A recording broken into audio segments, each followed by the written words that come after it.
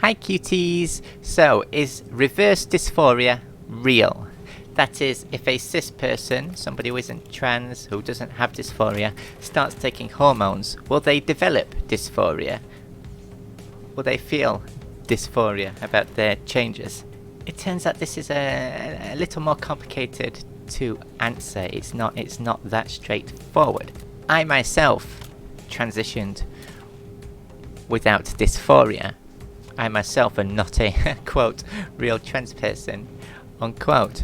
And yet, I've been on hormone injections since December 2022.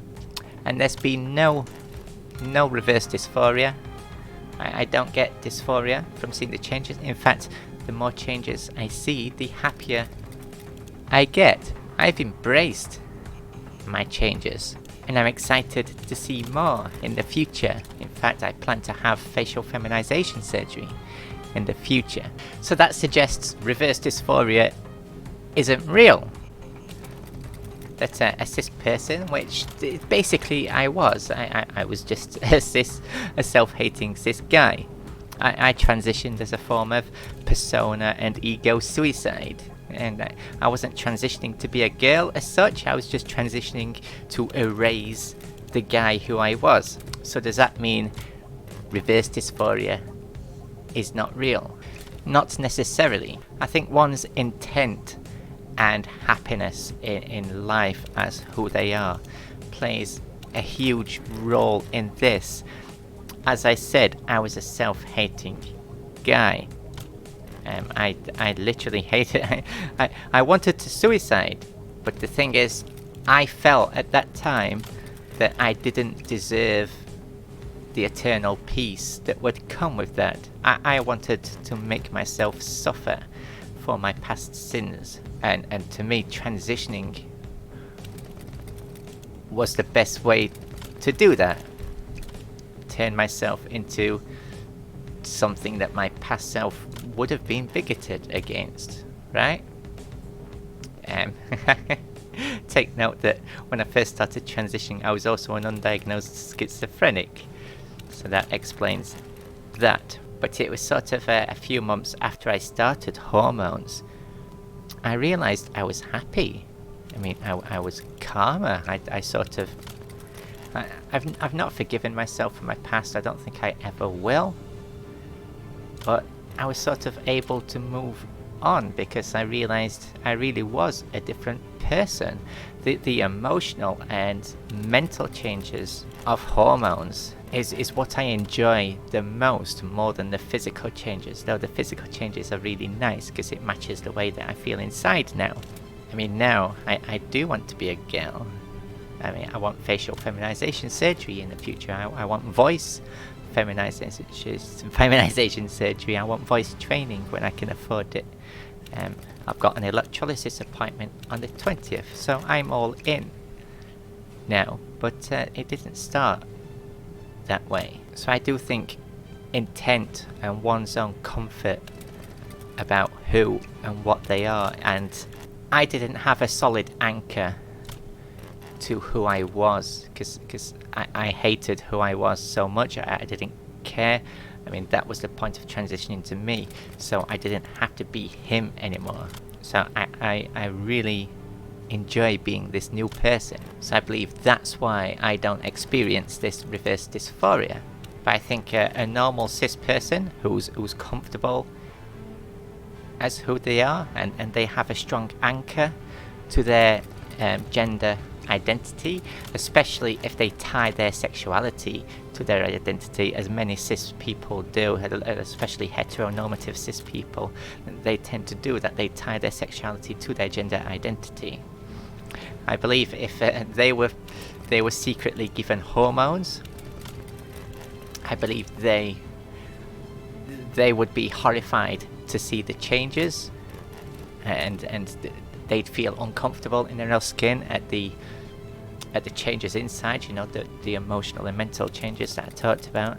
I think that would make them uncomfortable, and I think the physical changes would be horrifying to them, as any trans person with dysphoria out there will know. Every time you look in the mirror and you see a complete stranger staring back at you, it's like a waking nightmare, right? I think the average cis person on hormones would feel that one morning. They'd look in the mirror and see a girl staring back, and they'd be like, because to them they're a guy, you know, I'm a boy.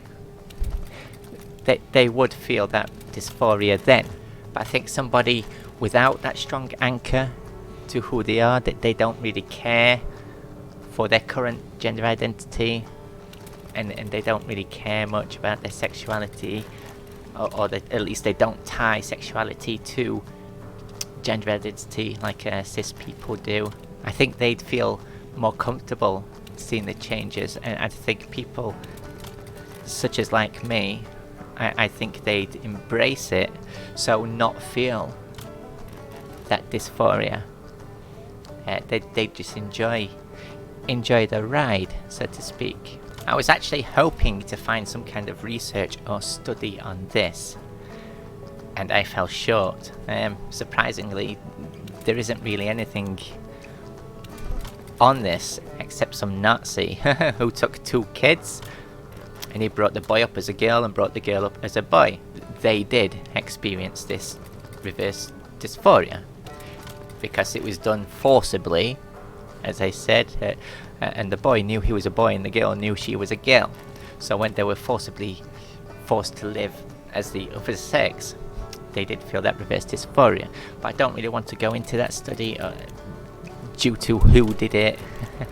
I don't really want to cite Nazi studies, and due to the nature of the kids being forcibly experimented on this way, it would be unethical and morally wrong to really fall back on that study for this. So if anybody knows any further research or studies done on this topic, put it in the comments.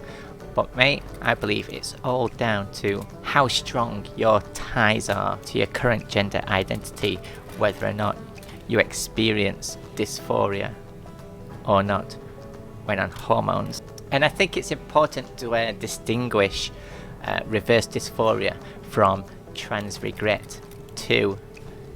I did skim through some posts where people, oh yeah, gender dysphoria exists, that's why there's detransitioners. I don't buy that as such. I've thought about detransitioning before. That's because sometimes I look at it and think, oh, you know, I'm never going to pass, so what's the point? I might as well detrans. It's got nothing to do with dysphoria or reverse dysphoria.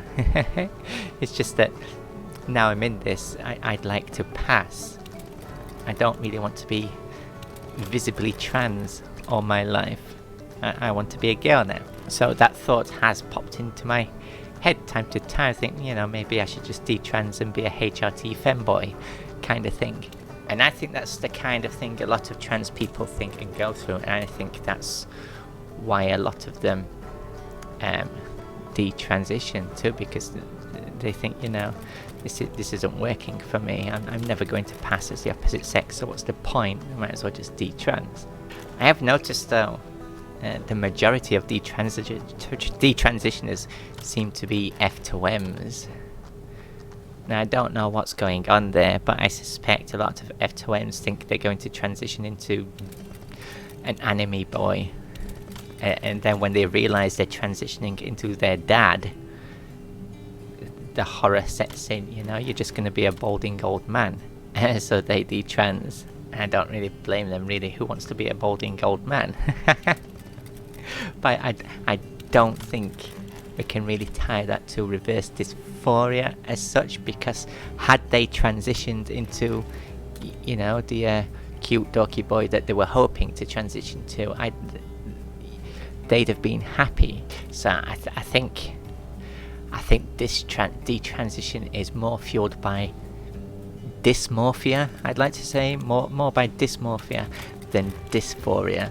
Thank you to my lovely patron, Kosmo. I hope you're all enjoying the sun, at least those of you where I'm from, where it's nice and sunny this week. Enjoy it while it's there. We never have it long, do we? Are you a cis person who's been on hormones? If you've experienced reverse dysphoria, or you have experience on hormones and didn't experience reverse dysphoria, put your story in the comments. I'd love to hear it, and maybe I'll do a follow-up video in the future on this. But me, who transitioned without dysphoria, I don't feel it, because I didn't have any strong ties to who I was. I didn't want to be who I was. So I think that's the key in this, whether or not you experience it or not. So whether or not it's real, when it comes down to it, depends entirely on the individual and who they want to be, or rather who they don't want to be. So a boy who doesn't want to be a girl will likely feel dysphoria, but a boy who doesn't care if they suddenly turn into a girl won't feel that reverse dysphoria. I'm gonna go play City Skylines now, I think. So go away now. Bye bye. Zippity.